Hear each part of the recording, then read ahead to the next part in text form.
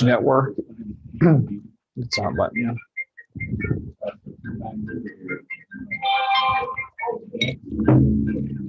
So does Chad have the link?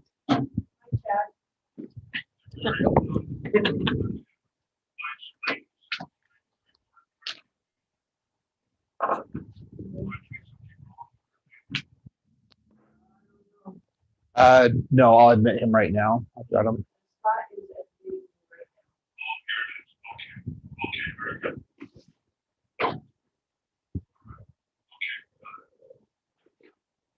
Okay.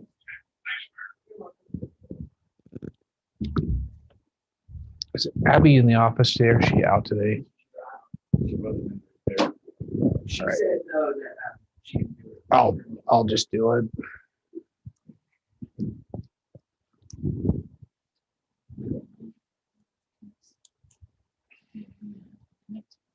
So you guys were waiting on Greg and I know Paul and Chad aren't gonna be here today, Yep. so We do have 4. we can, if, I guess people wanna grab food and then we can just start eating. Greg will show up here momentarily. So you guys all made lunch. He made 3 different soups for everybody and, the bread bowls to put in your bowl with your soup on top. There's butternut squash, beef stew, and New England clam chowder. And he made a cheesecake. Triple chocolate cheese. It looks so good. So, and Paul is on the phone. If you guys, thank you, Paul, so much. It smells so good in here. Thanks, Paul. So if you guys just want to dish out, I guess we'll just bring your bowls over there and go ahead and get some soup and we'll just eat and wait. So I think this might be right. Hey, I can't smell your soup, Paul. You're missing out. Do we need to deliver you a bowl, Chad? I can bring you some. Just have Heath bring it over. No, I'm kidding. I'm really kidding.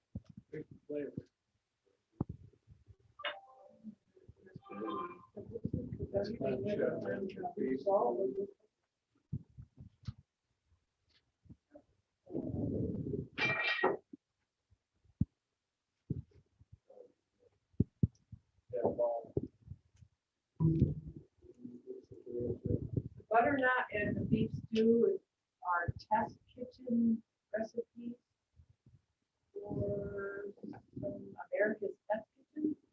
The clam chowder is the old. Today's the 16th, right?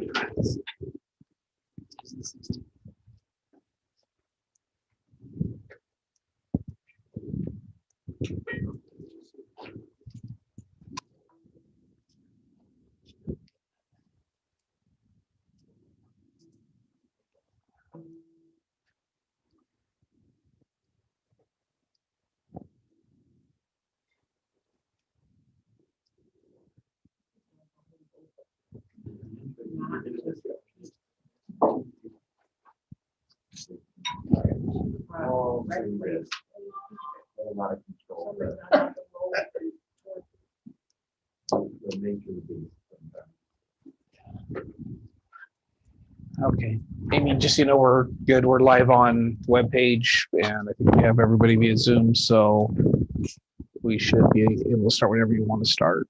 So the people that we have on our agenda today, Guy, and then also Eric is going to be Zoom. Yep. So, and I want Guy to be able to eat. I can eat after. It really is. I know. I mean, it's really just discussion. I can, yeah, yeah, he and I can grab food after, so we're good. If, as soon as you're ready. All right, so we'll go ahead and call the meeting to order. We'll do a roll call. Chad Dance. Here,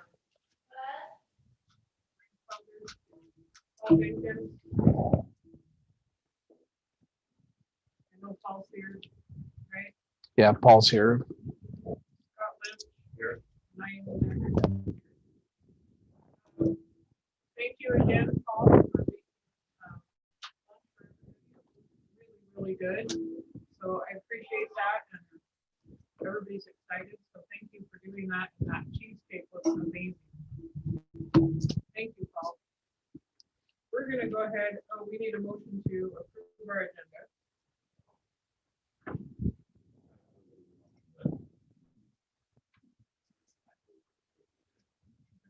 Mr. Calder. Mr. Lynn. All in favor? Aye. Aye. aye. Carries.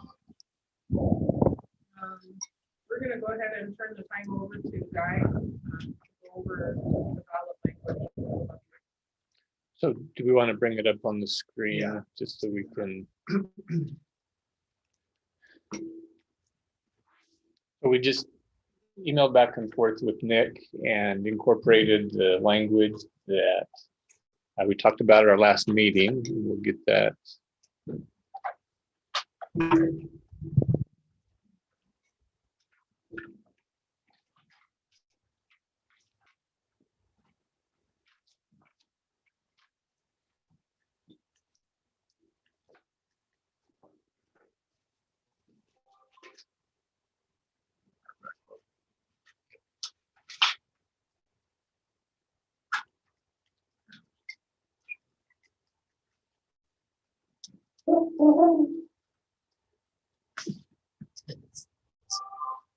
Sounds like we're on my scouts.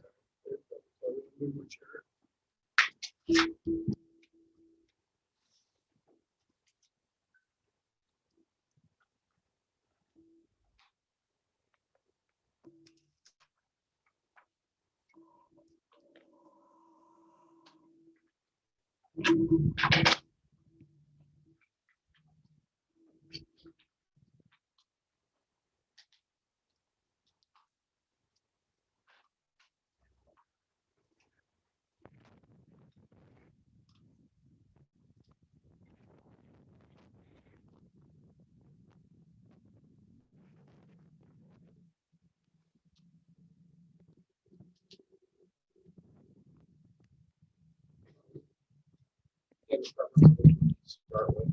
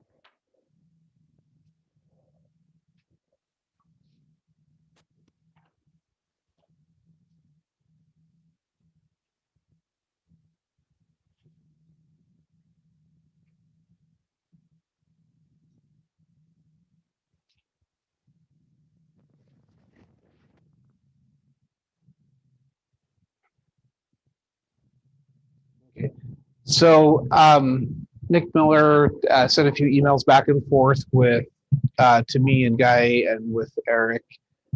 And so maybe we'll just start with the actual question. So shall the Board of Trustees of Joint School District 93, Bonneville and Bingham County, State of Idaho be authorized and empowered to levy a supplemental levy in the amount of $6,800,000 and no out of $100 per year for 2 years, commencing with the fiscal year beginning July 1st, 2021 and ending June 30th, 2023, for the purpose of financing any lawful expenses of maintaining and operating the district. And then the estimated average annual cost to taxpayers on the proposed levy is a tax of $167.30 per 100,000 of tax plus assessed value per year based on current conditions. So in all of that, to that point is the statutory required language.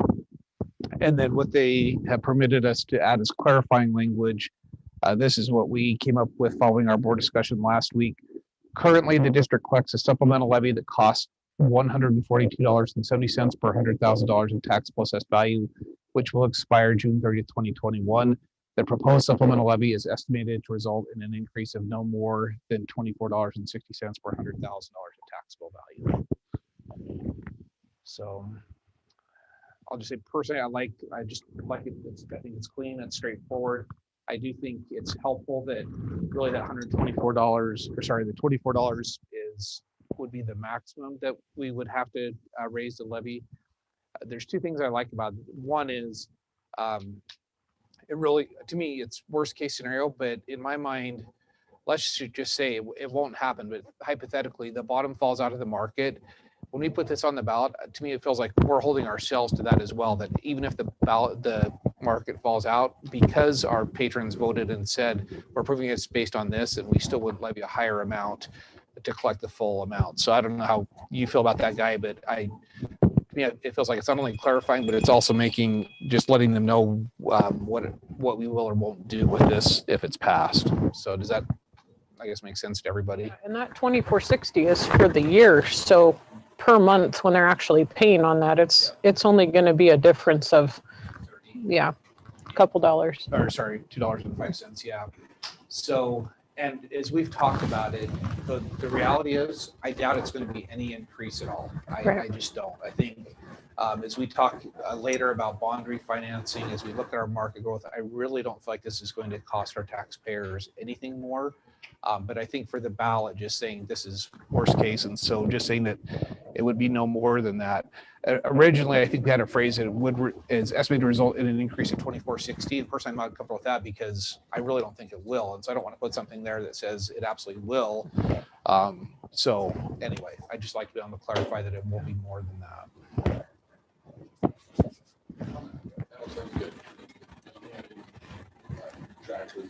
The market really does call out. How are we okay to make a commitment as to what we're going to do? Yes. So in my mind, when we put this on the ballot, we're holding ourselves to that. And that says that if market falls out, we won't collect the full. I mean, worst case scenario, we wouldn't collect the full 6.8. We'd reduce our budget. We'd only collect it to the amount that we would increase it to that amount. So. In other words, the bond part would eat up most of the levy. Which even then it necessarily wouldn't, because we have our 21 months in savings. But I guess that what I like is I feel like we're making a commitment to our patrons when we put that language there. And I guess I'd like to know if the board's comfortable with making that commitment. But to me, we've got lots of options that would allow us to live up to that. Like that. I wish we could bold the bottom part. I mean, I really do, because that's the thing. It's like so tricky for people when they go to read that. It makes it look like, oh, and most people don't read it. And so if they glance at it and they just see the bolded thing that it's only going to be an increase of, I really wish we could do that. Yeah. But I think as we go out and understand. we educate people and we say, look, worst case is it could potentially cost us this much, but that will only be true if these other things. And so by us as a board doing these other things, we really anticipate it's going to be less than that. Yeah. And honestly, I really don't think it's gonna be an increase at all. Yeah. If we're, I guess that's contingent on the next discussion about potentially refinancing bonds, so. We don't have any idea. I'm sure, would Eric or any of them have any idea if we could have even, not that I'm going to do this, nor do I think we should. But just wondering if we were to ask for more, would it be the same scenario up to what point?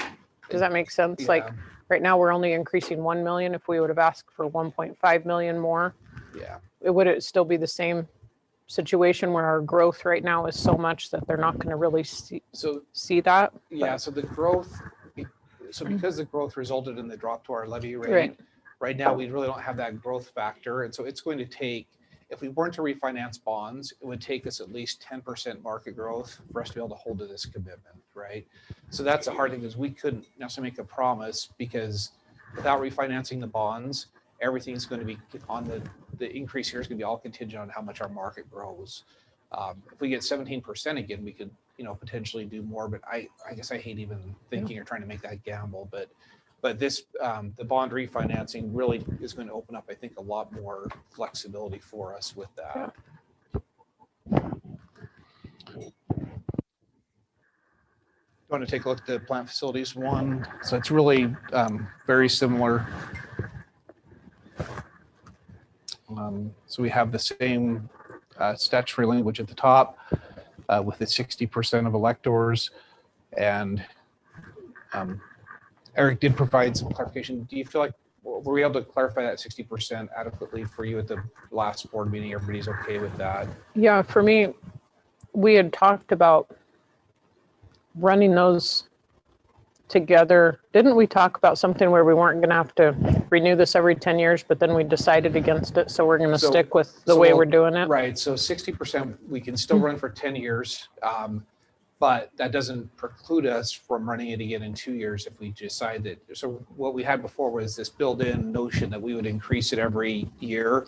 And rather than doing that, we just said, maybe we'll just look at passing this every 2 years to keep up with our. Okay, thanks for reminding me of that. I So, knew that there was something yeah. in there that we had talked Yeah. about. Okay, Yep. So there's nothing that keeps us from Yeah. trying to renew it again in 2 years for the next 10 years. So, and I just feel like that's a better practice and Yeah. let's get behind the curve. I agree. Not having to practice everything on supplemental. Yeah. Mhm. For 2 years. Yeah. Figure out what percentage pass rate. Yeah, Yeah. yeah, Yeah. We talked about that. So the language at the bottom, estimated average annual cost to taxpayer on the proposed levy is a tax of $93.50 per $100,000 of taxable assessed value per year based on current conditions. Currently, the district collects a plant facilities levy that costs $68.90 per $100,000 of taxable assessed value, which will expire on June 30, 2021. The proposed plant facilities levy is estimated to result in an increase of no more than $24.60. So really, it's because they're both $1 million. So it's both $1 million increase over what we're currently doing, which does make it, I think, much easier on communicating with people that $1 million increase for this and $1 million increase for that. And so the totals between the two would be the $4.10 per month. Worst case. So yeah. I think and that maybe looks for good. clarification, how much do we know how much our levy rate dropped on a per? It was more than what we're asking for in the increase. For just the supplemental or for Well, the no, entire levy? So our entire levy rate went from 5.7. 5.79 to 4.61. 4.61. So it dropped by 100, so 120. Yeah, it was almost a 20. Yeah, So $120 per year. right, So we're asking for just less than half of that back. right. Really, Mhm. worst case. So Worst case.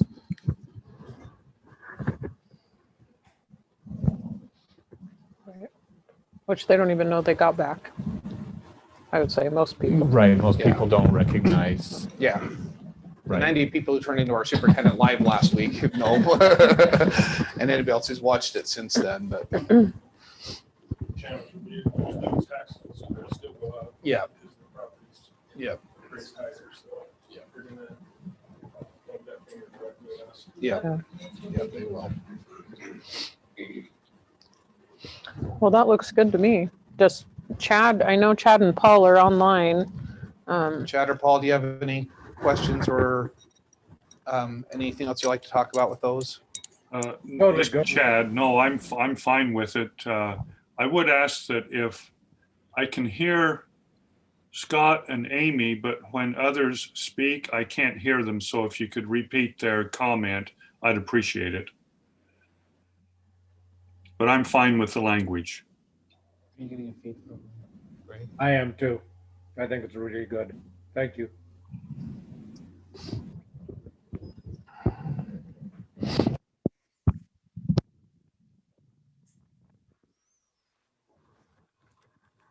We're going to be voting on that in the January regular meeting. Full resolution. I'm not sure what's in the resolution besides the ballots. Do you remember?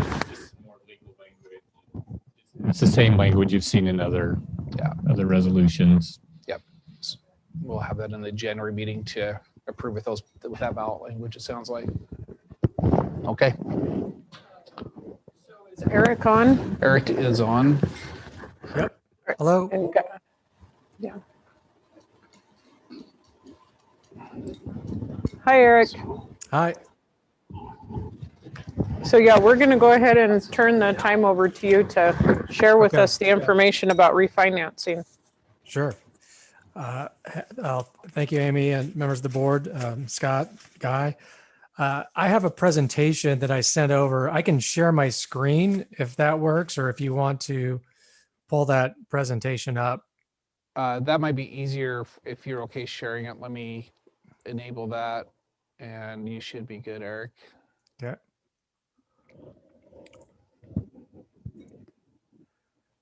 Okay. How's that look? Is that showing up? Yep, that shows up great. Okay. Well, yeah, thanks for giving me some time to kind of walk through the bond refinancing potential. Scott called me and said, hey, let's start to look at bond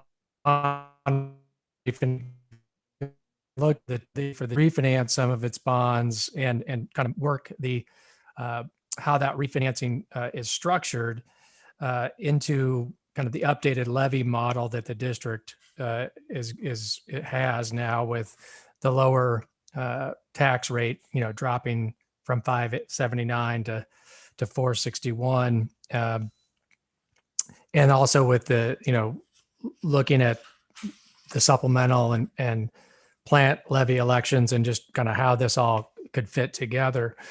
So this presentation goes through a little more detail than usual on a bond refinancing, because we're looking at some different scenarios.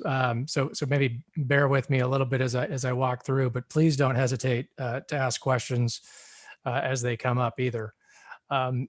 First off, got a disclosure page letting you know that Piper Sandler, the firm I work for, we're just preparing this information for your review, not necessarily making any specific recommendations. Also pointing out that the interest rates we're using are based on kind of current market for interest rates for the types of bonds you'd sell, but those interest rates, as you know, are subject to change. And so, what we show you today, could change and could get better, it could get worse, but it's all very time sensitive in terms of the interest rates. Now that we got through that housekeeping, let's talk about the bonds. You have 5 series of bonds outstanding, and those are shown here on slide 2. And those 5 series of bonds all relate back to 5 different elections. So the 2012A is from the 2012 election, and then the 2012C is from the 2007 election. It was a refinancing of those 2007 bonds. The 16, we did the same thing. We sold new money bonds from the 2016 election for the new high school, and then also the refinancing of an 09 bond at the same time. And then in 2018, you have that bond issue there. So when we go across and look at, okay, which ones are the good refinancing candidates, and what I really focus in on is this call feature. And that's the date that you could redeem the bonds. You could pay the bond holders off early. And, so for example, these bonds here from 2018, the bondholder knows that they're going to hold those bonds through at least 2028, but in 2028, you can pay them off early.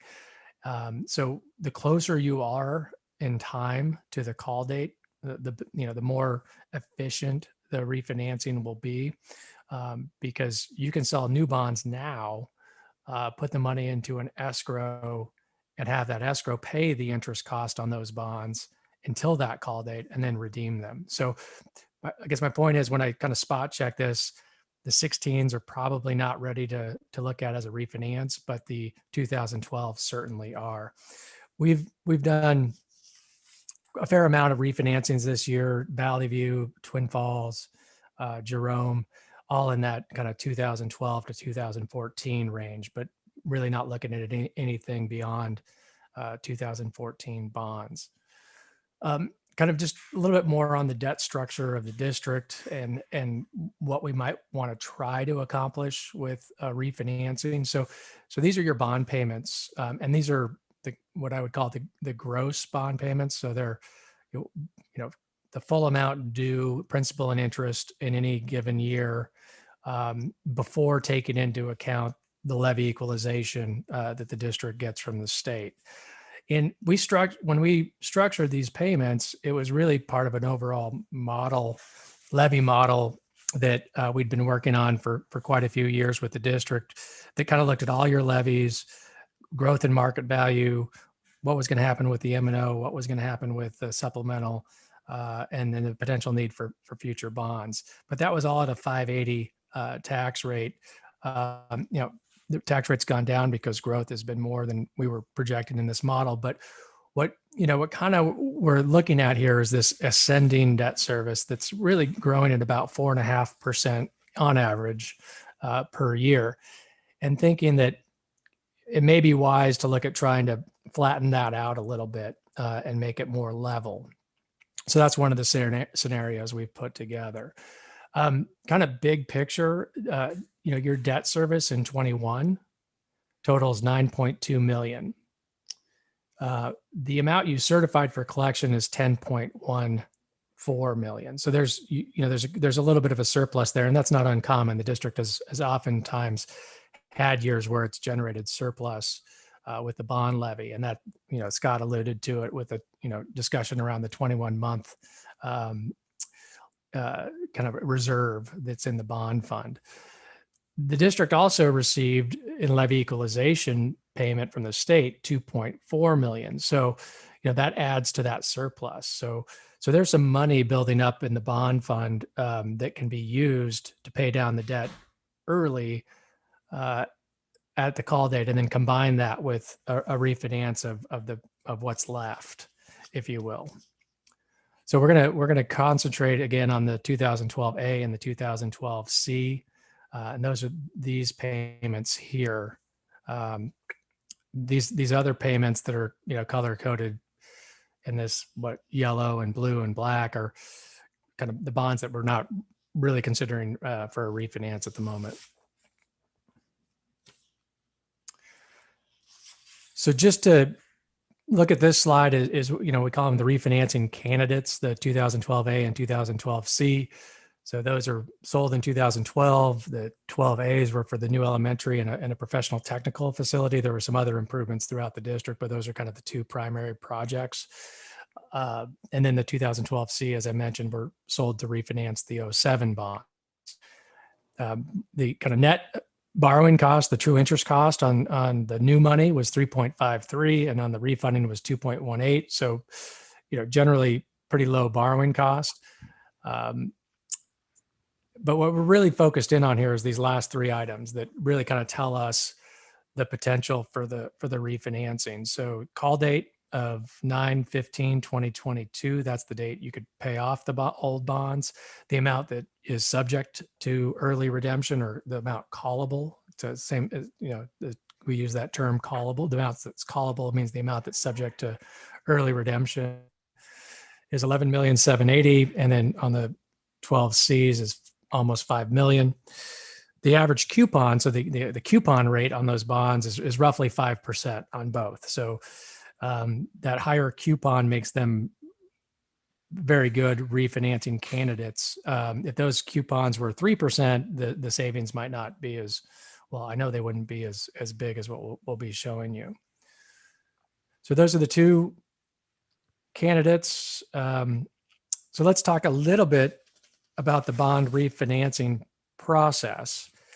And I alluded to this earlier, and I've got a couple slides on it, so I apologize if I'm going to be a little repetitive here. But basically the concept is that you sell new bonds at a lower interest rate today, and you can't use that money to pay off the old bonds tomorrow, right away, like you would if you were refinancing your mortgage, but rather you have to put that money into an escrow account with a bank trustee that and irrevocably pledge the escrow to pay the old bonds, so to pay the interest cost until between now and the call date 2022. That escrow will pay those interest payments, and then in 2022 it'll redeem the bonds. It'll pay off the old bondholders.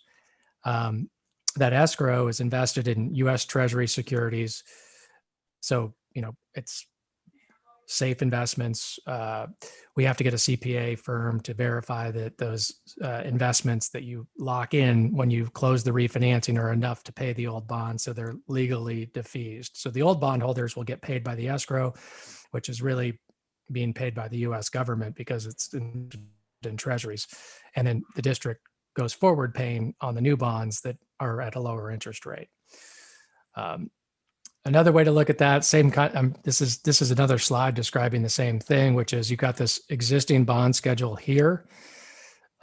These payments that are due in 2020, 2021, and 2022, those principal amounts you're not refinancing. You're only refinancing the bonds that mature after 2022 that are subject to the call. So you basically sell a new bond over here. The proceeds go into an escrow to pay all of these payments over here that are callable, plus the interest associated with those bonds. So I'm gonna stop there and see if there's any kind of general questions on how the refinancing works. We've obviously done a few of them in the past for the district. I did have a quick question, Eric. Yep. And this is maybe silly, but if we're going to look at refinancing two different ones, correct? Yes. Two different bonds that we've had in the past for 2012. Would that then appear on people's tax statements as one line item instead of two? Or are we going to refinance them separately and they'll stay two line items on people's tax statements? Well, they'll be refinanced with one bond issue. And I can't remember how. I mean, I know that they made some changes to the tax statements recently, and I don't know if they show up as per series or tied back to the authorizing election. If it'll, because you'll still have 5 bonds outstanding, five elections that you're still paying on the bonds. Yeah, on the Bonneville County tax statements, it shows up as one line item. Just says bonds, House Bill 470. So it's just going to show up as one line item still. So we're not going to eliminate a line item that we have on there No. by merging some of them? No, the only way we'd get rid of one, there's 2 lines on there currently that show the 0 rate. If there's some way the county would take those off, but otherwise everything else would look the same. Okay, well, one of the things that is making the bond refinancing opportunities good right now is that interest rates are low, and I think a lot of people are aware of that.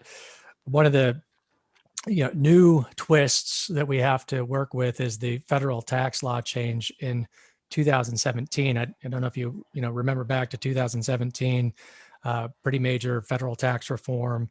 One of the things that was in that tax reform was it took away the ability for municipal issuers like District 93 to refinance your bonds in advance of the call date, which means more than 90 days before the call date, with tax exempt bonds. So before 2017, we'd sell a bond issue to refinance that was tax exempt. And that means that the interest income that the investor receives, they don't pay federal taxes on a tax exempt bond. So now, if you want to refinance a bond more than 90 days prior to the call date, you have to use a taxable interest rate.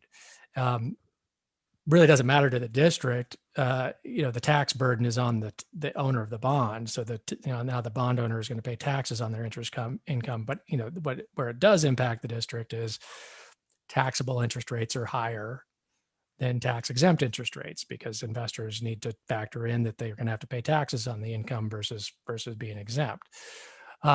So, that's all fine and good.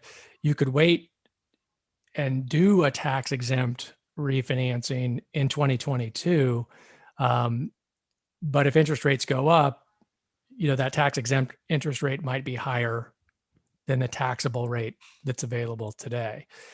So when this thing first came about in 2017, and we were really, looking at it in 2018 and 19, taxable rates were quite a bit higher than tax exempt rates, but that relationship has changed significantly. And that's what's really illustrated on this chart, is that, you see that the red line is above the blue line, and the gap is the spread, if you will, the difference between tax exempt and taxable. But at post-COVID, that relationship flipped, and then it's kind of gone back here in the last 3 months, where taxable rates are a little bit higher than tax exempt, but they're still very low and not a whole lot higher than tax exempt rates. Point being, the interest rate environment's really good for refinancing. Just know that, if you do the refinancing, you would be doing it with taxable interest rates instead of tax exempt. So here's a lot of numbers to digest, but what I wanted to do is kind of show you 3 different scenarios with the potential refinancing. So this all assumes taxable interest rates as of the 11th of December. We're showing you, here's your existing bond payments for all your bonds. So just so what I wanted to do is show what the interest savings would be, and then what the impact would be on your existing overall combined debt service. So this is your existing debt service before levy equalization.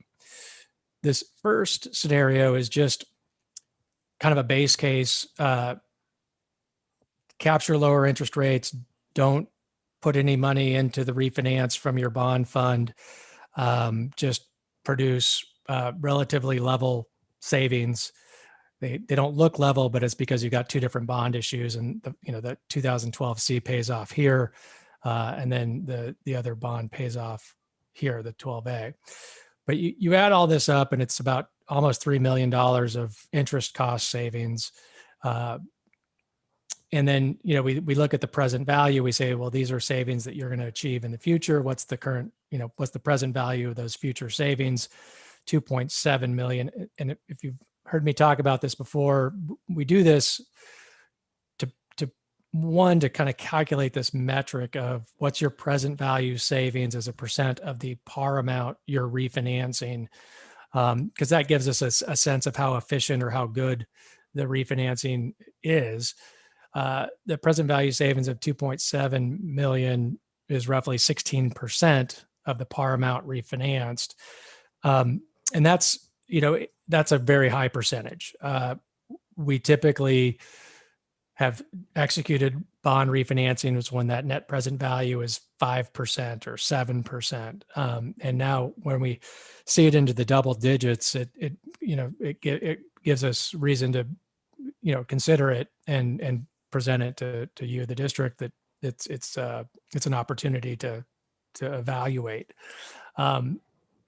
one of the things with, knowing that we could wait 2 years and do a tax exempt refunding, we've been generally holding off on talking about the bond refinancings until we start to see these double digit present value savings percentages. So double, over 10%. And that's just more kind of our guiding rule a little bit. This scenario says, okay, well, you've built up a fair amount of money in your bond fund over the last 3 to 4 years, to the tune of, I think you'll end, we're projecting that you'll end this year with about 9.5 million after it's all said and done and you get through the levy cycle. So we said, well, want to leave you some money in that bond fund going into the next, kind of low point carryover balance. So we said, let's pull 8 million out, put it into the refinancing, and see what that does to the savings. Well, obviously, you're going to increase the amount of, you're going to lower your payments a lot more. So you get basically 11.7 million of future cost savings, but 8 million of that's because you put, 8 million of that was from your bond fund. So if you subtract out the 8 million from the 11.7, you're getting about 3.7 million of additional benefit from the refinance. And that, but the present value is about the same because the 8 million is money you have in the bank now, and so it counts as 8 million versus the future savings that are out here. And when you back all that out, it's going to be about the same present value. The scenario, but look at, here's what we were trying to look at too, is, as I mentioned on the earlier slide, your annual bond payments are going up by about 4.5% per year, to kind of tops out here in 2031 at 13 million. And really looking at this and saying, hey, here's an opportunity with that 8 million to, level out those payments. You can afford higher payments today than what you have. And that's why you're generating that surplus. So this was just a scenario we thought, okay, well, what if we just try to level these payments out? It's not going to be perfect just because you got some other bonds outstanding, but we're generally getting to something that's about 10.8 million. It goes up a little bit here in 2028, back down in 2029. Just kind of recognizing that, the levy plans, the levy model for the district has changed a little bit. So that produces more savings because it's, going to get these payments out here paid off sooner. You're accelerating your debt, your pay down of your debt. And so you get more savings, and that's 4.6 million. You're basically leveraging the 8 million to get another 4.6 million of savings, present value over 20%. And these aren't the only scenarios. Obviously, we can structure the savings or the overall payment structure however you want. I mean, within reason, one of which is you cannot exceed the repayment term on your existing bonds when you refinance. We're not proposing to do that. You don't need to do that. You cannot increase the amount outstanding, and you have to produce debt service savings, and that's overall. So you can't have a refinance that costs you money. We can increase the payments in certain years, but overall need to produce savings for the district. If you weren't meeting these 3 criteria, you'd have to have the refinancing authorized by the voters, which is something that you could do, but it's not required here. Talked about the refinancing as an opportunity to restructure payments. That's an important thing we've always, I think, at the district, when we've worked with the district, looked at these refinancings as an opportunity to kind of right size, if you will, your debt service payments relative to where you're at with your levy model. The state says, hey, if you're going to save some money, our subsidy is going to get adjusted. So the state pays you a levy subsidy based on your average annual bond payments. And so if you're going to lower those overall bond payments, then, the average payments going down, they're going to readjust the amount of money they send you. But, that's how they designed the program. And that's just an FYI that we'll need to recalculate what those subsidy payments look like going forward. In terms of I brought up that present value savings concept.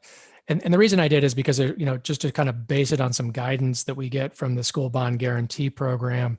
And that's that program the state runs where they, basically we can get a AAA rating on the bonds because the state has pledged as additional security to the bonds that they'll step in. If you don't make your payments, the state will make the payments on your behalf from the sales tax. They're basically say, look, if you're going to use our program to refinance bonds that were not covered by our guarantee program, you need to produce at least 5% PV savings. So that's a policy they have. And I think it just provides a guidance of, we're looking at something that could be up to 20%, clearly well above that guidance. And then the last thing, and I mentioned this before, and I'll mention it again, is, yes, there's substantial savings available today. You could wait a couple years and do this in 2022 and do what's called a current refunding and utilize tax exempt interest rates. The risk of that obviously is if interest rates overall go up between now and then, and that tax exempt rate is actually higher than the taxable rate you could get today. So it's always, that's always something we have to kind of factor in when we look at these refinancings is, usually closer to the call date, the better, but we never know where the rates are going to be when we get there. Okay. So I kind of want to pause here a little bit, see if there's any questions on the refinance generally, but I want to maybe talk a little bit more about how the refinance could be structured to meet your levy goals going forward. And so I got about 3 or 4 slides on what kind of your overall levy picture looks like. But I don't want to lose track of if there's any questions on the more of the specifics around the refinance. Eric, this is Chad. I have a question. Will you go back to that spreadsheet that shows the 3 different scenarios? Okay. Yep. So if we went with the first one, we still have the $8 million Yep. excess money. What happens to that? That stays in the bond fund. It's it's been collected to pay bonds, and it can only be used to pay bonds. What will happen is that'll restrict your ability to levy for bonds next year. One of the things is that's kind of the part of the next discussion, which is you can levy for up to 21 months worth of bond payments. And so we add up the amount of due in the next 21 months, and then we subtract how much money you have in the bank. And so because you have that 8 million in the bank, that gets subtracted from those 21 months worth of payments. And there's a max amount you can levy. Right now, that's going to restrict your bond levy next year to maybe 6.5 million. If it's not utilized in some fashion for the refinance, which would cause your tax rate to go down even more, because right now you're levying almost 10 million, right? 10 million, and that would drop to 6.5. Okay, thanks. Mm-hmm. But then it would have to go back up because you still need to get back up to 10 million. Right. You kind of clear it out 1 year temporary, and then it goes back up. Eric, this is Greg. Does the state mandate what discount factor you use for the present value calculation, or I imagine they do? No, it's more of a, the standard in the industry is to use the what we call the arbitrage rate, which is sort of what the IRS mandates. What the IRS calculates as your borrowing cost. So it basically says, we're just using the rate, the rate on the bonds is what's used to discount, because the idea being that that's your cost of funds. Yeah. So if that's your cost of funds, that's the discount rate you should use. Okay. All right. Thanks. Mm-hmm. Good question.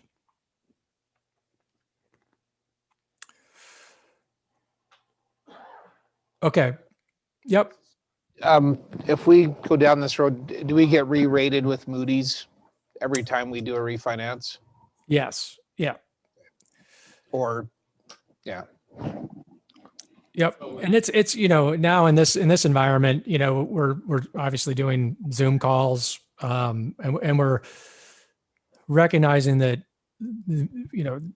all of the bond rating agencies have been extremely busy this year. We kind of just focus on the real specifics of what's changed since the last time we talked to them. And it's a much, I would say, in the current environment, much more efficient phone calls with them.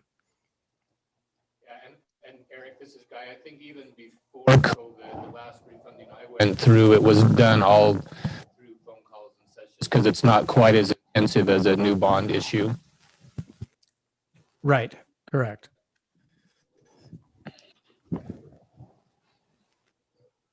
I wouldn't anticipate any change in rating. No. I mean, nothing's changed in our conditions that would impact that.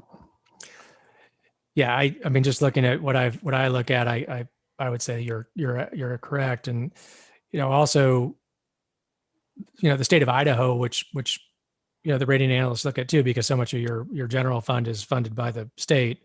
Not all states are weathering COVID the same. And certainly the state revenues have been strong. And so there's not a headwind there that in some states they're seeing headwinds from what's going on with the state. And I think it's probably fairly apparent to everybody, but just for the sake of discussion, it seems like, I mean, if we're talking 2% or less on interest rates, there's just not a whole lot of margin for rates to go down anymore versus, a wide open margin for them to go up. So I guess it just doesn't make a lot of sense to me to wait to within 90 days, given how low they are right now. I mean, in my mind, we're always kind of balancing it. Back when we were at the 3.5% to 4%, it's like, okay, well, they could go lower, they could go higher, but there's just, at 2%, there's just no window for anybody to recoup any money on an investment that's lower than that.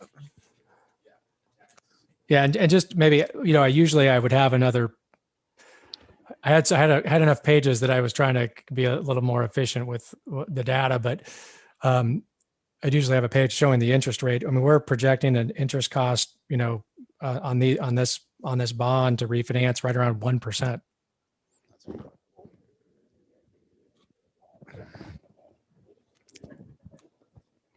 Eric, this is Guy again. So as I'm thinking this through, I'm thinking back to a discussion we had with the board, I believe it was August, about a defeasance. And I don't know if this would be the right point to compare the defeasance route versus the refund route. Yeah. So I mean, in a lot of ways, the 8 million. So this scenario here is really a combination of a defeasance and a refinance, because you're taking 8 million of money you have, putting that into the escrow together with the proceeds of a bond refinancing to pay off all of the callable bonds. If you didn't do the refinance, that 8 million would still go into the escrow. It'd still be used to pay off the 2012 bonds. It just wouldn't pay off all of them. Right. So the ability to use that 8 million to call bonds and pay them off, that's really the defeasance part of it. And you could do that without the refinance and just leave the refinance alone for a couple of years. What we wouldn't get is the ability to restructure these payments necessarily and flatten this out. We might be able to, reduce the payments out here for the 8 million, but we wouldn't be able to kind of pull up your current debt service to where, your current levy is. So that's why I presented it this way, that, you're getting 12.6 million of savings. You're putting 8 million in to get that. And so 4.6 is kind of the overall less the 8 million you put in. That factors in the benefit of the refinance. And Eric, can you give us some idea of the cost of refinancing to us? Yeah. So that's all factored into the numbers. I mean, the costs of the refinance come out of the proceeds. So it's not additional on top of that. It's already been put in. I'm just looking up, kind of give you a sense. It's, usually going to be 1 to 1.5% of the par amount, kind of all in bond rating, attorneys, us. So what is that? That's going to be Moody's or whoever does the rating. Moody's. Yep. Sorry, I'm just trying to find the page here.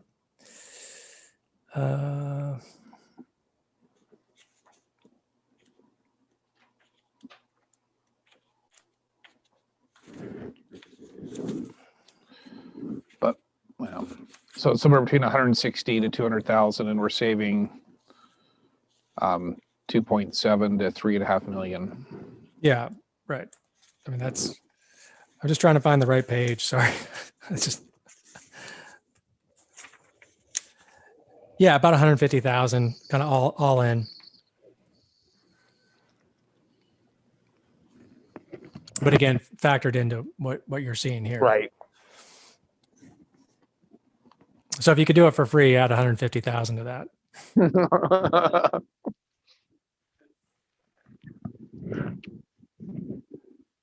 Okay. Yeah, I think maybe it'd be good to maybe finish out what I have put together here. And that is, let's talk about the debt structure and how it kind of fits into the overall levy plan. This slide is something that I had prepared in thinking about, the district's plan right now to increase the supplemental by $1 million and the plant levy by $1 million, and knowing that we're kind of stuck with disclosing that based on current conditions, which means no market value growth. So this is your actual tax year 2020 levies that you certified, and that's that $4.461 tax rate right there. So that's current year. So next year, the supplemental passes, the plant passes, those both go up by $1 million. And I just designed this to back off the bond by $2 million so that the total is the same, and with no growth in market value, the levy's the same.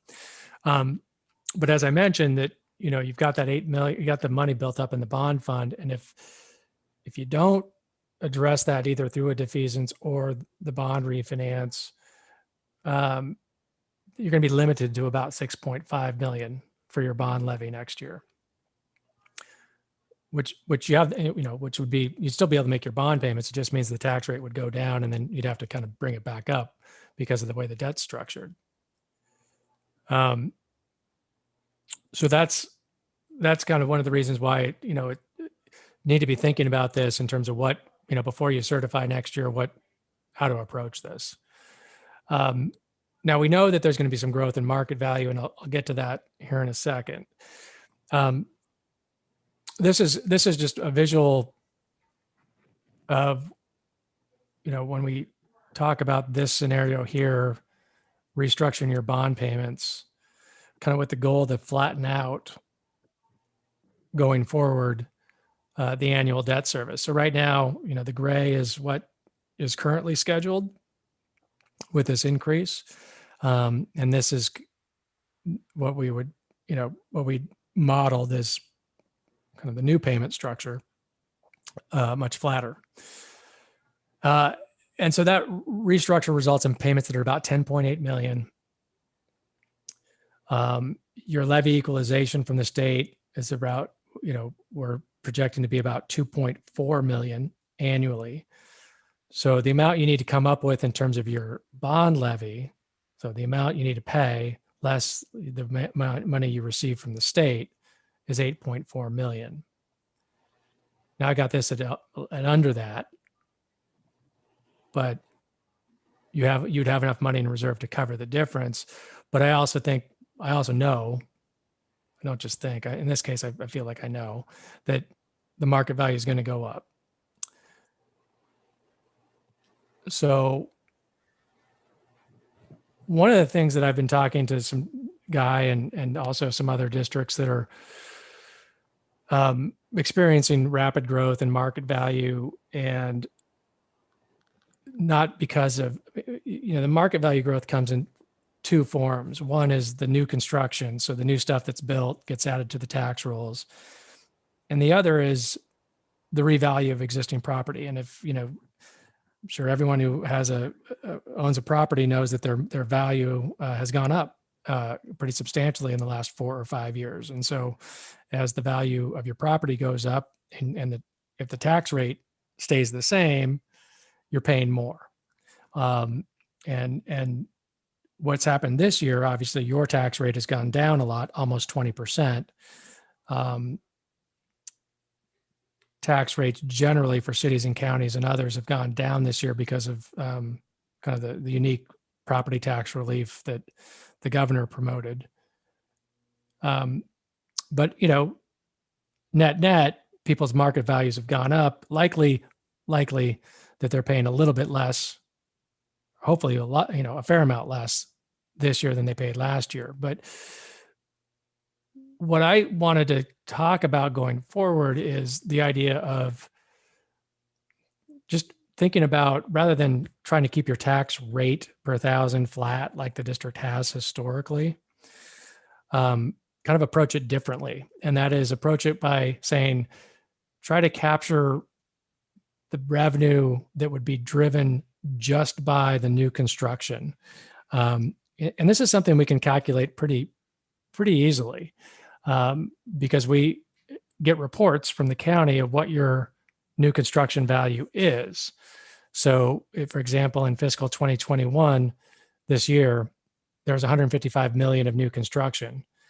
Your market value went up. I think I calculated it out at the last meeting, like it was $1 billion, like, 800 million or 600 million, I think it was. So 155 million of that was new construction. The rest was just the revalue of existing property.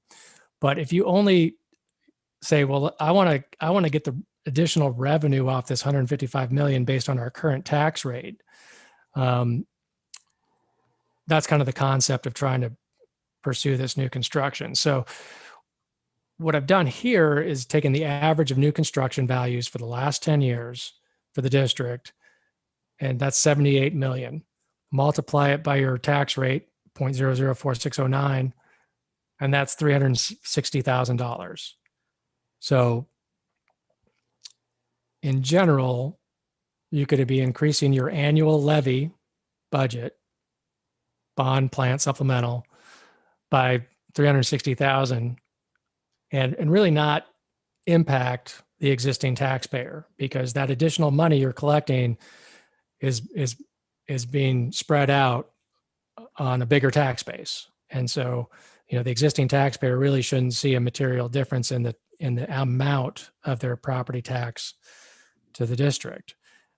Now, some properties go up at a higher rate than others. And so there's going to be some people who pay less, some people pay a little more, but it should level out pretty well if you're only capturing the new construction.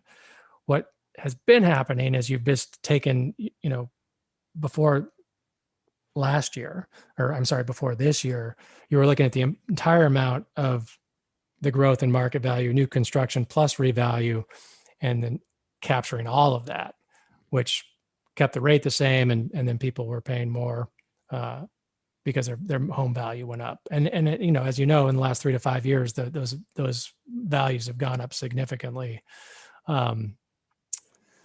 as the regional economy, not just in Idaho Falls, but kind of throughout Idaho has gone up.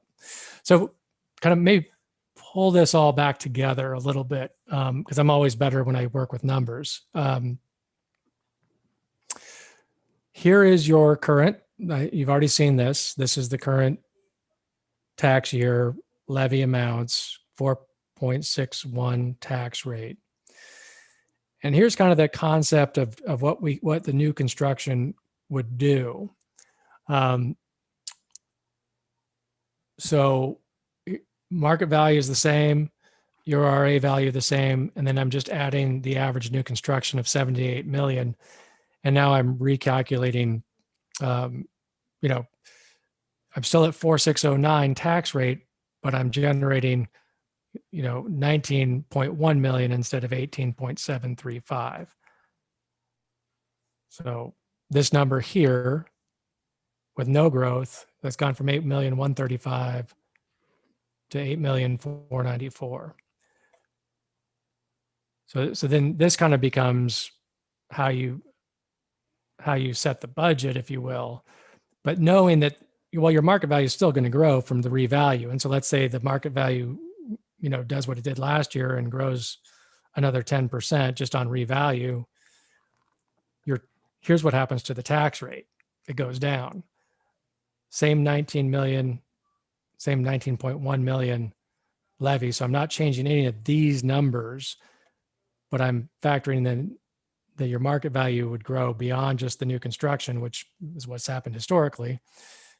And your tax rate goes down to 420.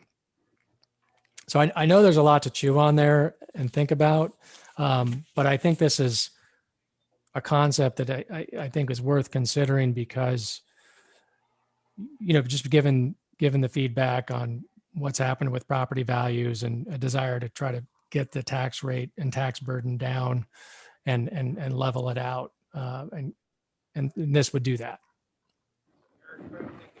Correctly, or incorrectly, but it seems like that would keep the dollar amount that our patrons currently pay level. Correct.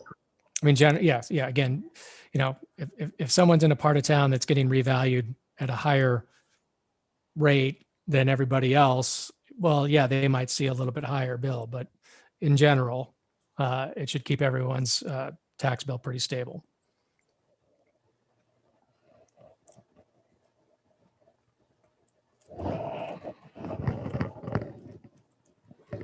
It's easy to think about, isn't it? Just Yeah. so simple to.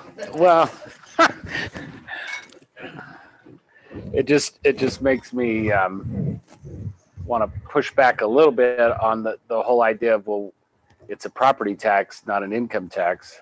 And so if the rate stays the same, taxes haven't gone up.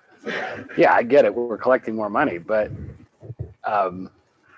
when I make more money at work, if the tax rate's still the same, I'm going to pay more in taxes, but I don't think of that as a tax increase. I just think of it as I made more money. That was really nice. And so but I get it. I'm part socialist or whatever the right label you want to put on me. I don't know. But this does have some political advantages. Yeah. I think, and we all know it, that the challenge is, number one, I agree that, you made that point, I think, very articulately the last 6 months or a year or however long it's been, that it is your wealth goes up as your tax value increases of your home, then your wealth goes up. But I think what we've heard is there are some patrons who don't have the disposable income to pay it. And that's the challenge. Yeah. I think we're in, how do we balance And those telling two them to go things get a home equity line of credit to pay their probably taxes. doesn't go over really well Yeah. politically. Yeah. I mean, Right. And I think, and I economically, it makes a ton of sense. Yeah. But Yeah. politically, it makes no sense. Yep. Yeah. So yeah, I don't mean to beat that to death. Yeah. I certainly acknowledge the political value of going this direction. Well, there's lots of time to talk about it, right? We really don't have to. Right. It'll be next year that we set the levy rate, and really it's going to be contingent largely on whether we do the refinance or not. Because if we don't refinance, our hands are going to be tied with having to lower the levy rate. So it's only through refinancing that we'll have any flexibility again on how we manage the levy rate. But how we decide this question, or or at least how we generally think about this issue, probably dictates which path we take on which of the refinancing proposals we might like more, I would imagine. In other words, I think there's some connection to, well, maybe not, but Yeah. If I may. Yeah.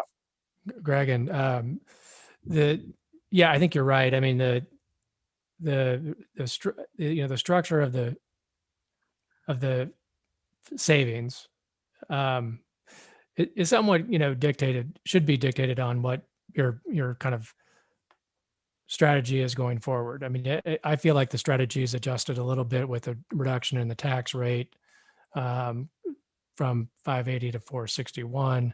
And we're just trying to address that. Okay, well, those bond payments that are escalating, that doesn't really fit with that strategy as well. So let's get those backed off and leveled out and kind of right sized.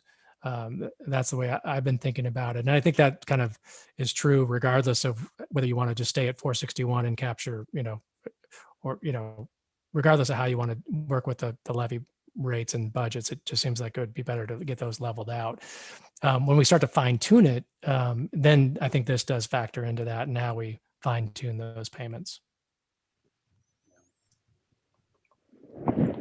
So Scott, this is Chad. So in the banking world, we always say structure matters and cash flow.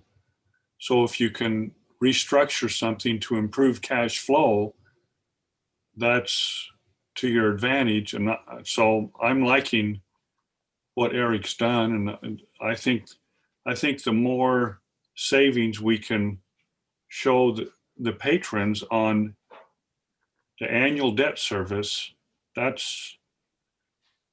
then, the total overall with that is kind of where I'm at. I'm in favor of that.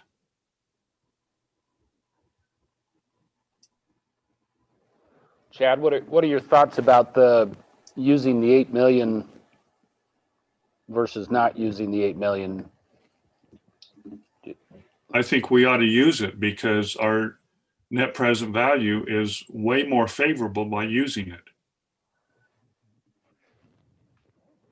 Does it bother you that, or at least I'm a little worried about my savings account going to zero, to use a colloquial example? And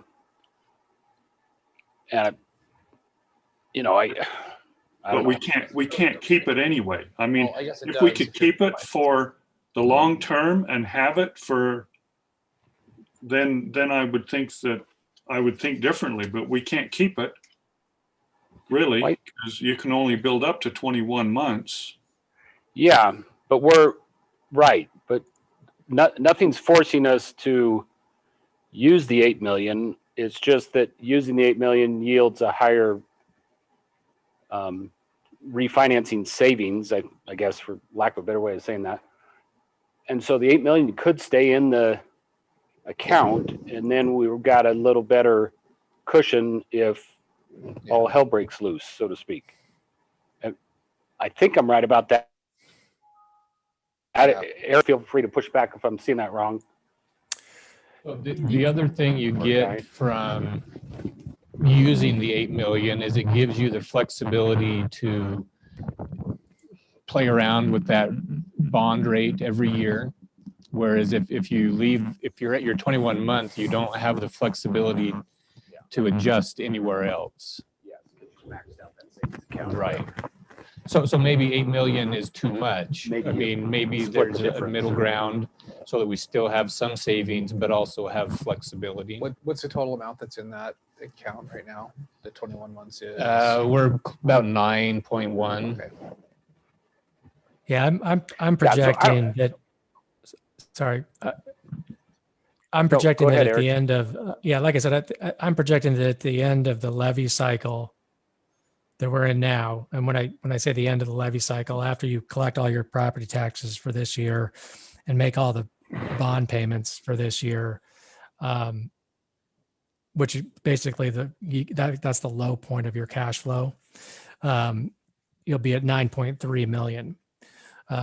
So taking 8 million out would still leave a kind of a low point carryover of 1.3 million, which is still a pretty substantial cushion in that bond fund. And then, sorry, Eric, this is probably putting you on the spot, but next year, at the end of next year's cycle, how much more do you anticipate being in there? I would guess it's going to be another 1.5 to 2. If we have 15 to 18% growth again. Yeah. So if you get, I mean, again, it's that to some degree depends on You guys are seeing my screen there. That some degree depends on what happens here. Yeah. Well, Because if this plays out and you just capture the new construction, and this is 78 million, last year was 155 million. So this is kind of the minimum. This amount would not increase the bond fund, but any growth in that number above 8.5 million would further, add to that surplus. okay. Guys,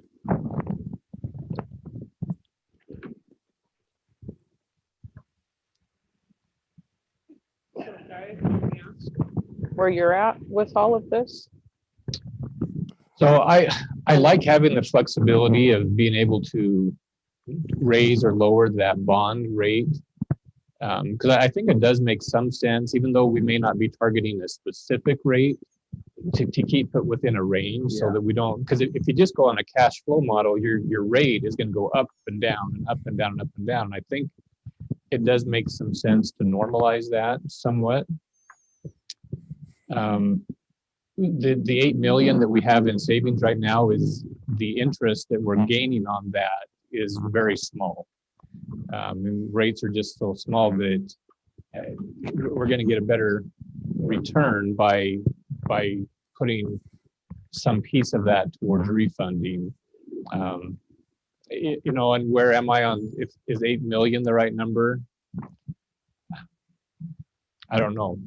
Eric, do you mind going back to the slide that showed the 3 different options for refis?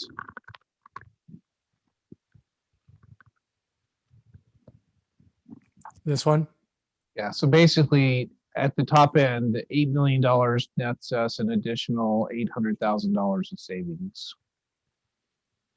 Am I thinking about that correctly? I thought it was more. Oh, no, sorry. I was looking at the present value.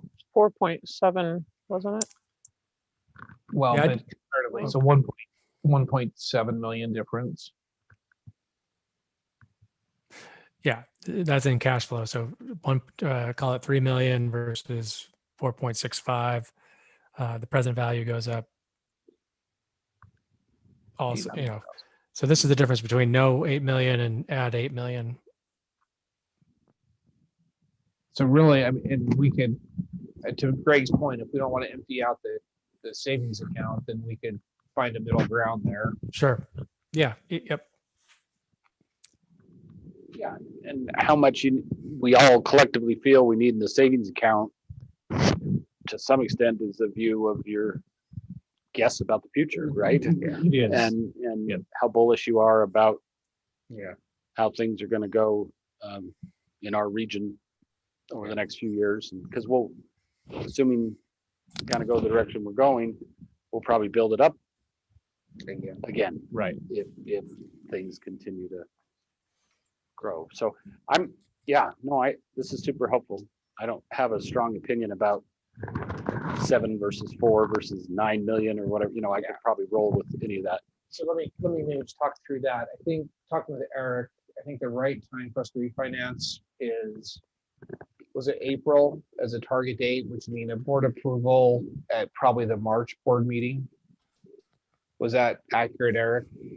Yeah, my thought was that it would be before you finalize how to structure these payments. It'd be nice to know the results of the election in March, and if we need to adjust something based on those election results. I mean, so approving it, we could get the legwork done. We could start getting some of the legwork done on the disclosure and the legal documents and get that out, because I think moving forward with the refinancing makes sense regardless. It's just some of the fine tuning. We don't want to lock that in until after the election. So I think you could approve this at a March board meeting, and we could be ready for that. Idea being you get it done before you go through your budget process. And I just wanted to bring it up here because to me, this is an important thing to be aware of as we head into start talking about the supplemental, and I guess to see to me, it makes all the sense in the world to do one of those options to refi. And I think there's still, plenty of time to have discussions about which one or if it's a different alternative. But I guess, is there anybody who doesn't think we should at least be seriously looking at refinancing to capitalize on the savings? 100% supportive. Yeah. Looking at that I am too. closely. About Paul and Chad. I mean, Chad spoke pretty articulately. It's secondly, but it In feels favor. like he's in favor of it. Paul, did you have questions or concerns on it? Totally in favor of it. I just So we want just to tell Go ahead. Eric, thanks for the presentation, Eric. And Scott, is there a chance we can get a copy of these slides? Yep, I have it in my inbox and I'll get it to Mary, to you. So Okay, thank you. absolutely. So again, I don't know that we are promising it because we haven't formally approved it, but just as we want to message people, I just think it's important to know that we do have ways to really minimize the increase to people's taxes, even with an increase to the supplemental and plan. So So over the next few months, we just need to decide how much. yeah, really, which one of those three? Which scenario or anywhere in between Right. those scenarios that we want to do. What, as a CFO, what are you comfortable with as far as, are you comfortable taking the full 8 million out? Would you rather, would you prefer to leave? I guess so. Before I answer that, let me ask Chad a question. Just in the banking side of the world right now, are you seeing a decrease in new construction? I mean, what are you seeing on the banking side that may affect our market values? New construction is both residential and commercial is an all-time high. I have some data that I would be glad to share with you that shows the increase in new construction, the increase in values historically going back to 2012, but it doesn't show a slowdown at the present time. Now, interest rates are still good. There's a lot of people taking advantage of refinancing, but there's still a lot of new construction. And as you see around town, there's a lot more commercial new construction as well. I mean, anecdotally, it just, as I listen to people, it sounds like homes are turning over within a day or two of being listed, which to me, I mean, we all know it's got to slow down at some point. It feels like we're a ways away. They're not only selling that fast, they're selling above listing price. Mm-hmm. And again, There's a 2-week supply of listings on the market right now in Bonneville County. And it seems our history in Idaho has been a lag. If there is a downturn, we're always 9 to 12 months behind that. So that gives me a little comfort as long as that holds, that it's okay to go with somewhere close to 8 million, because we'd have some time to react if something were to happen. Chad, do you feel like I know that this isn't the tech model to the market like it was back in 07? Sorry, I didn't hear you, Scott. Sorry, I guess back in 07 when we were experiencing, I guess, similar market conditions, all that crashed within 2 years. Do you see that? You see a crash coming? Or I guess it feels to me like there's more regulations now that are hopefully preventing that type of crash from occurring again. I've been waiting for the supply and demand to level out for 2 years, and it still hasn't done it. And there have been new protections put in place, so there's not the fraud going on that I know of. I mean, it's a function of supply and demand. The lower interest rates is creating the supply. We've got people moving in. I don't know where they're coming from, but they're moving in. The absorption rate is at an all-time high. In other words, like I said, there's only a 2-week supply of listings on the market. And a lot of the new construction, a lot of the new commercial construction we're seeing around town has not shown up on the assessed values with the county assessor yet. So I think in the next 1 and 2 years, we'll continue to see new construction value probably above the $100,000 that we saw in 20 and 21. 100 million. Oh, 100 million, yeah, whatever that is. I do the same thing. I do that. I know. I do the zeros. Yeah.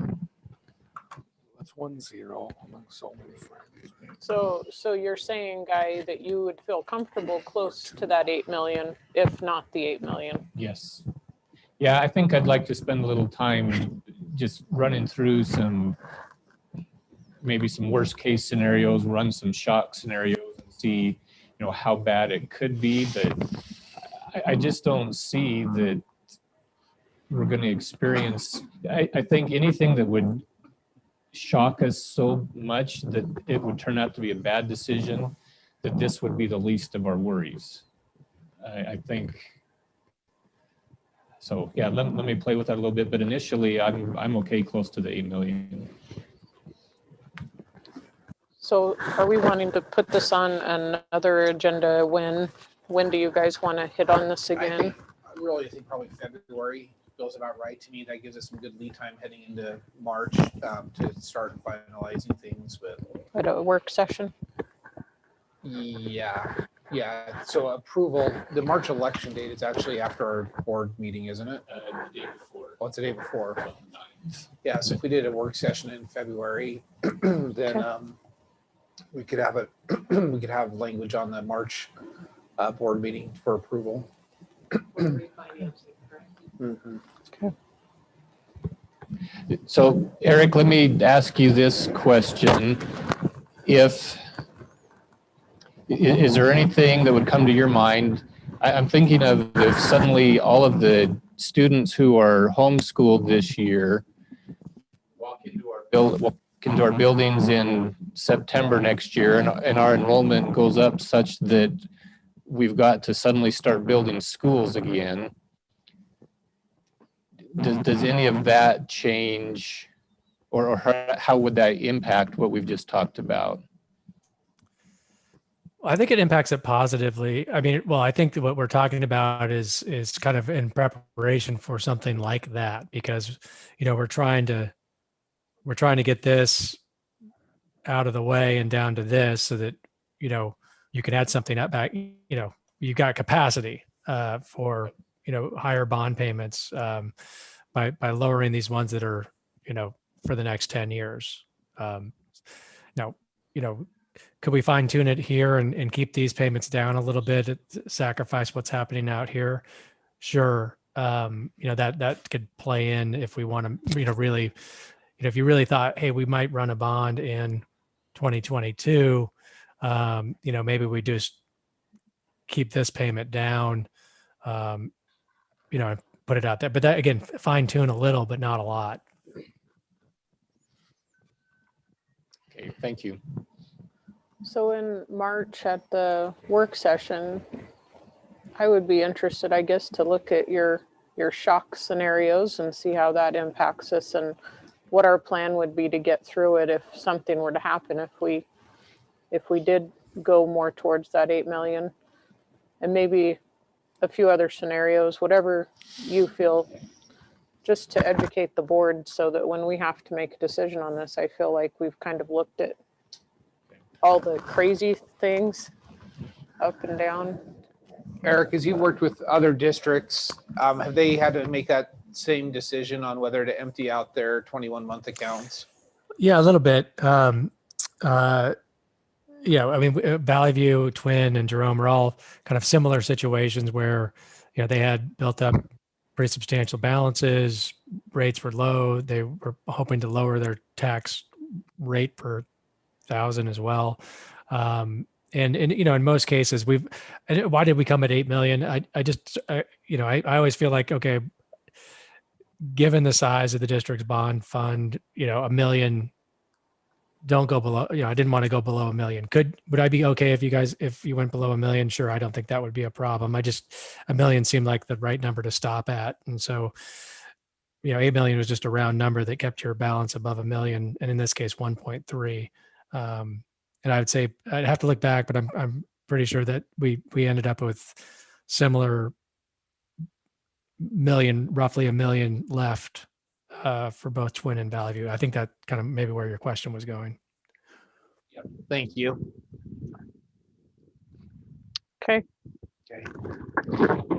Eric, thank you so much. Appreciate the information. You bet. Happy to do it. Thank you, Eric. I'll look for some of Paul's soup the next time I'm in Idaho Falls. That's pretty good. Excellent. All right. I'll Thank stop you. sharing my screen. You bet. Thank you. All right. So lots of fun stuff, Guy, that you get to go work on. Totally stresses me out, so I'm glad that you do it. 'Cause- oh, yeah, that's good.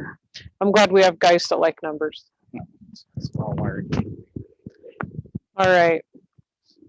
So is there any other questions about this while we have everybody here? Is there any other questions from Paul or Chad or any of the admin here, board members about this? Are we good to keep going? I don't have any questions, Amy. Nor do I. Thank you. All right. So any agenda items for upcoming meetings other than the one we just discussed? So I've got a question regarding that for the board. This week I worked again with a smaller group for the governor's advisory committee. So that had Karen Echeverria from ISBA, Andy Grover from IASA, Greg Wilson from the governor's office, and Ty Jones from IHSA, and then there were about 3 superintendents on working on a plan to permit more spectators at our events. It was largely based on the letter that we sent in from our district on behalf of Region 6. So I think I haven't heard much. That meeting was on Monday. I haven't heard anything definitive. But IHSA has a kind of I don't know if it's an emergency meeting, but they have a impromptu meeting this afternoon. My assumption is that they're meeting to approve that so that then the governor's office and the Department of Health and Welfare could amend their order to incorporate that. In our discussion on Monday, they wanted the superintendent and my recommendation, the boards to also sign off on those. My concern wasn't our board, but as I've heard other boards that have told their superintendents, we don't care what the law says, you need to let more people in. I thought it's critical that boards need to be part of that approval process. So on Monday, they just said board chair can sign it. I'm always a little bit reticent to not have, I guess, a full board ratification of something like that. So with that, what I've heard is they're trying to have something out this week.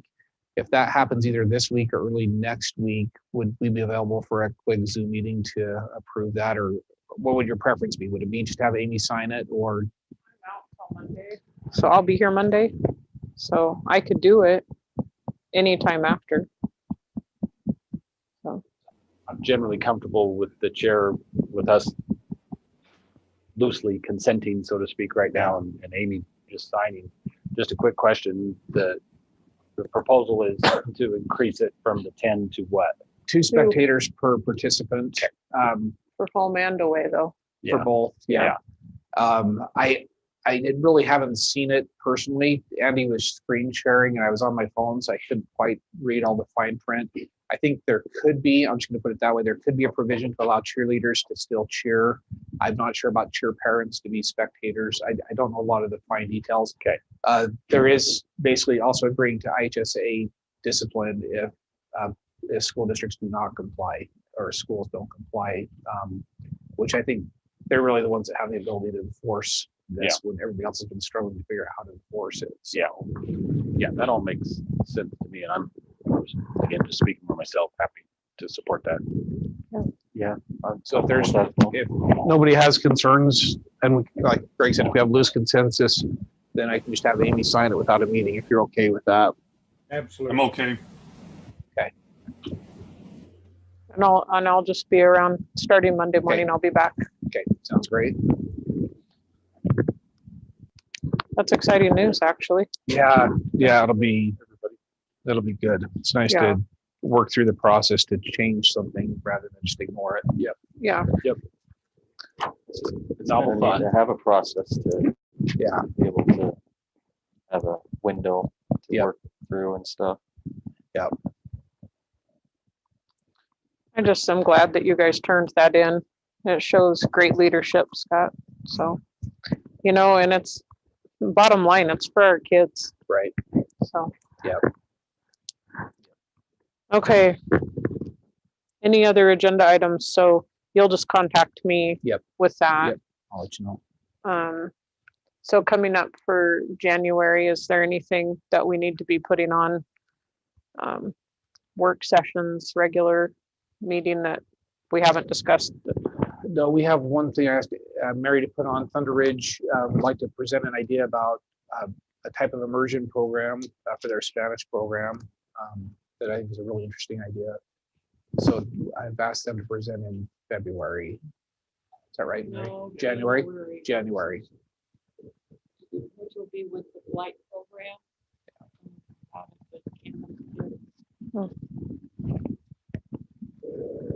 And you're doing that at our regular or at a Work work? session. Okay. Not sure. We'll have to review some policy to see if it necessitates any policy change, but just want to give you a heads up on it before they get too far down the road with it.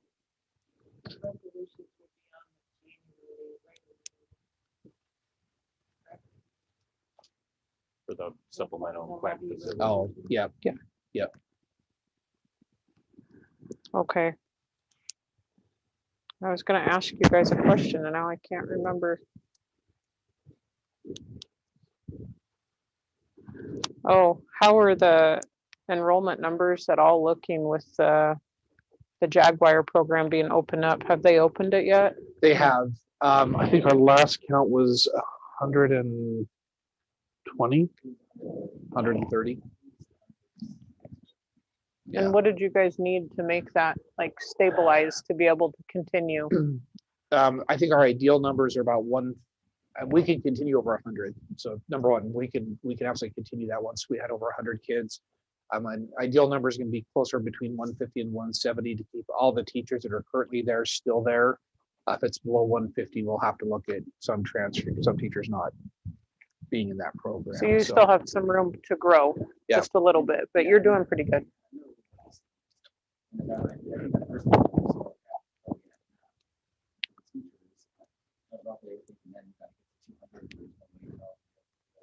So they were a little nervous. Yeah. 170. And then I think if they continue to get higher, I think what they're a little nervous at is what typically happens is people don't really think about it. All of a sudden I'm registering for school. And, oh, this is new.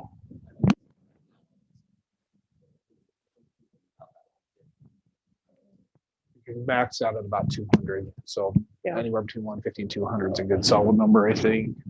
So it sounds like it's doing like Yeah. pretty solid though. Like we're gonna be able to continue offering that to some of our students. Yep. Okay. I have one question about the retirement open house. It's usually about this time of the year that I order the gifts in preparation for that. Are we going to actually pull? Well, we'll order gifts and then we'll just have to figure out. We Figure out. can figure out an open house. like what we did last year? Yeah. Yeah, I don't. I don't think we'll have a good idea about those things till late March to early April. And same thing with graduations. Our high schools are making plans for alternative graduations like last year in case, so. Okay. Go ahead and forward. Okay, any other agenda items? Okay. We do need to go into executive session. However, nobody has had chocolate cheesecake from Paul. So I kind of want to We're saving it for wait. executive session, Amy. I kind of want to wait so that everybody can have some because Paul spent a lot of time making that. And it looks really, really good. So, yes, while we're in here, we can just walk on them. So, What happened to our recumbent bikes from Mountain Valley? Are they over in storage? so rather than going into executive right now, yeah, we'll just recess until everybody has eaten a sufficient amount of chocolate cheesecake. Oh, So, Amy, this is Chad. I think I'll exit now if that's okay. And then we'll get you back on in a few. I probably am going to be gone. So Okay. if that's okay, you guys can do the executive session and I'm Okay. fine with what you and I talked about. So. Okay. can I make a suggestion? Maybe we make the motion to go into executive session now then, and then take recess inside. So we've got the 5 people to vote on executive session. Oh, that's good. You know what I mean? I guess it's still gonna probably require 4, but it's easier to go to executive session with 5 people. Okay. So we'll go in now and then recess. Yeah. Is that what you're saying? Yeah. Okay. So the board will enter into executive session pursuant to Idaho Code 74206(1)B to consider the evaluation of an employee, staff member, or individual agent. The executive session will be closed to the public as permitted by law. We would need a motion to enter executive session. It's been moved by Mr. Calder, seconded by Mr. Lynch. And then, do we do the roll call vote now? Yes. Okay. So Chad Dance, Yes. Calder, Paul Jenkins, Yes. Scott Lynch, Naomi Landers, I'm a yes, and we will recess